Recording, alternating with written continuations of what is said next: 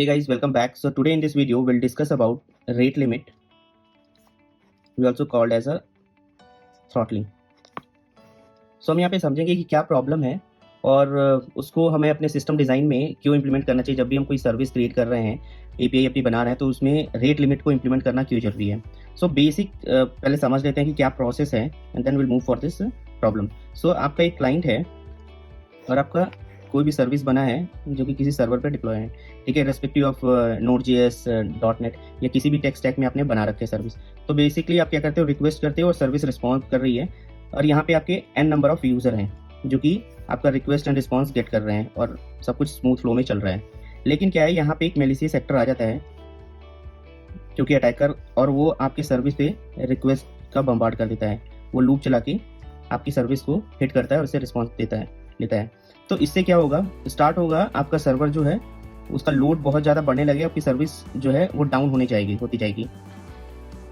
तो इससे प्रॉब्लम क्या आएगा, आपके जितने भी क्लाइंट हैं उनको स्लो रिस्पॉन्स मिलने लगेगा। आपका जो डेटाबेस का कोई भी कनेक्टिव है वो ओवरलोड होता जाएगा। अगर ये डेटाबेस किसी और सर्विस को सर्व कर रहा है माइक्रो सर्विस आर्किटेक्चर में, तो इस सर्विस को भी इम्पैक्ट पड़ना स्टार्ट हो जाएगा। और कुछ टाइम बाद क्या होगा कि आपका जो ये सर्विस है वो क्रैश भी हो सकता है, जिससे कि आपको फिर से रीस्टार्ट करना पड़ेगा। तो सबसे पहले समझ लेते हैं प्रॉब्लम क्या क्या आती है। अगर रेट लिमिट इंप्लीमेंट नहीं है तो आपका जो है वो लोड बढ़ने लगेगा, बहुत ज़्यादा सर्वर पे लोड बढ़ना स्टार्ट हो जाएगा।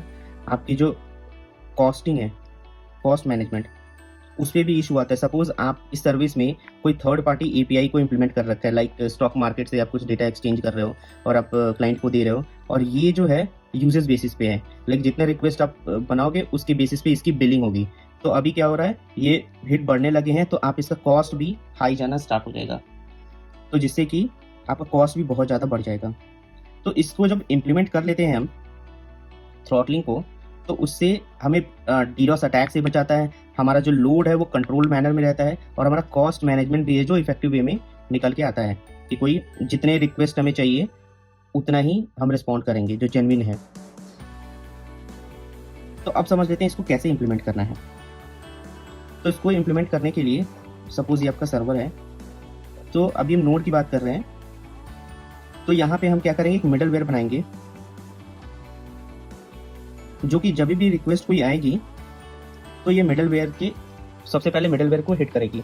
तो इस मिडलवेयर में हम डिफाइन करते हैं विंडो।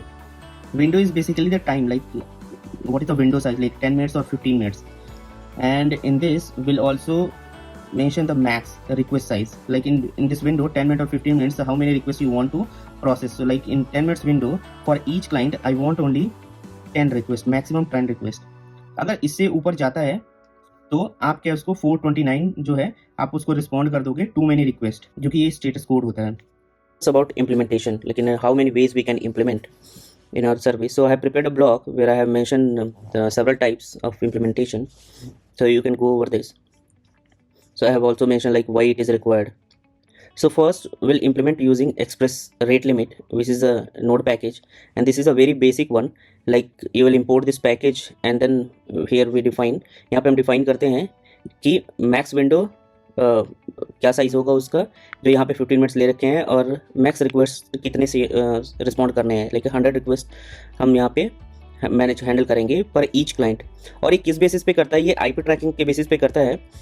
ईच आईपी से ये 100 रिक्वेस्ट को ये मैनेज कर सकता है, और यहाँ पे इसकी लिमिटेशन होती है कि ये कई बार हम वीपीएन से कनेक्ट होते हैं तो हमें वो सिमिलर आईपी हमें हर बार मिलती है। तो इसको रिजॉल्व करने के लिए हम क्या टोकन बेस का यूज़ कर सकते हैं, जिसमें कि हम जो रिक्वेस्ट आ रही है उससे हम टोकन फेच करते हैं, और यूज़र आईडी के बेसिस पे हम वहाँ पे अपनी विंडो साइज को डिफाइन करते हैं। और यहाँ पे आप देख सकते हो कि यहाँ पे हम टोकन को डिकोड कर रहे हैं और उससे यूज़र आईडी को लेके और उसके बेसिस पे हम कर रहे हैं। अगर आपके सर्विस में ये टोकन का इम्प्लीमेंटेशन है तो फिर हम इसको यूज़ कर सकते हैं। नेक्स्ट जो है, अब इसको स्टोर करने का है कि आप इसको इन मेमोरी स्टोरेज आप दे रहे हो, इसका थर्ड पार्टी को यूज़ करके भी कर सकते हैं, जैसे रेडिस को इम्प्लीमेंट करके, कि जिससे कि अगर आपका डिस्ट्रीब्यूटेड सिस्टम में माइक्रो सर्विस आर्किटेक्चर है तो आप मल्टीपल सर्विस को इससे कनेक्ट कर सकते हो। ये बेनिफिट होता है कि अगर आप रेडिस को यूज़ कर रहे हो तो। सो इसमें हम रेडिस को इम्प्लीमेंट कर रहे हैं यहाँ पे, और यहाँ पे हमने क्लाइंट क्रिएट किया हुआ है, तो इसके पहले आपका एक रेडिस सर्वर जो है इंप्लीमेंट होना चाहिए। आपके सिस्टम डिज़ाइन में रेडिस सर्वर्स का होना रिक्वायर्ड है। और यहाँ पे आप देख सकते हो कि रेट लिमिट हम डिफाइन कर रहे हैं यहाँ पे, और उसके बाद जो भी रिक्वेस्ट आ रही है उसको हम प्रोसेस कर रहे हैं। सो आप इसको गो थ्रू हो सकते हो और इसके कोड को लेके आप एग्जीक्यूट कर सकते हो, जिससे कि आपको अपने एपीआईज में रेट लिमिट को इम्प्लीमेंट करने में ईजी होगा। सो अभी के लिए इतना ही, मिलते हैं नेक्स्ट वीडियो में। Till then good bye and happy learning.